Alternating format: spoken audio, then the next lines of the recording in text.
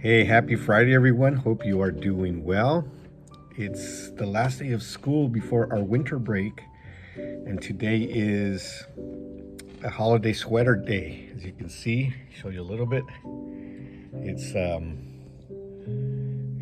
Baby Yoda, or Yoda, not Baby Yoda. I think it's regular Yoda.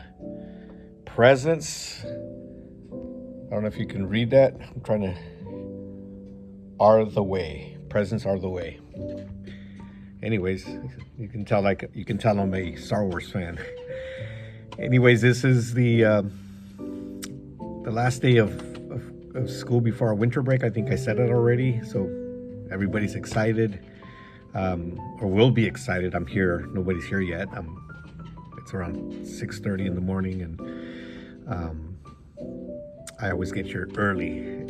I might have said that before as well. But anyways, this is In the Raw, unscripted, unpracticed, unedited conversation, and we are talking about reasons to study the Bible. And another reason that I think is very, very important is to make sure that we don't fall to false teachings. I mean, just plain and simple.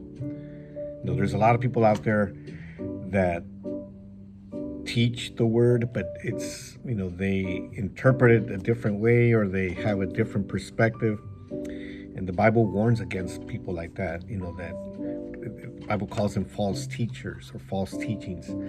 And so we need to study the Bible. We need to know the Bible in order to identify when we are listening or hearing a teaching that is not according to the Bible. I mean, there's so many podcasts out there. There's many people, teaching out there, books, just different types of media that we are exposed to, and we need to be able to say, wait a minute, that doesn't sound right.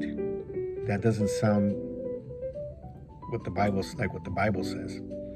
And the Bible, talks about that. Like I said, there's a couple of verses I want to share with you. Acts 17:11. And the people of Berea were more open-minded than those in Thessalonica, and they listened eagerly to Paul's message. They searched the scriptures day after day to see if Paul and Silas were teaching the truth. See, so there it is. I mean, plain and simple and straightforward. They searched the scriptures day after day to see if Paul and Silas's teachings were the truth. And we need to do that. We need to have that habit. When we're listening to a teaching, or we are listening to a preaching, a sermon, or however you want to call it, and something doesn't sound right, we need to be able to to question that by looking at the Bible, by seeing what the Bible says. Here's another verse, 1 John 4:1. Dear friends, do not believe everyone who claims to speak by the Spirit.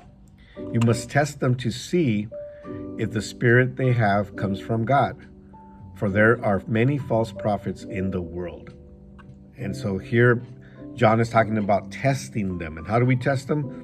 By looking at the Word, by knowing the Word, by studying the Word and knowing it, because otherwise we're going to fall for strange ideas or strange perspectives, and we're going to think, oh, that person is well known, and that person is popular.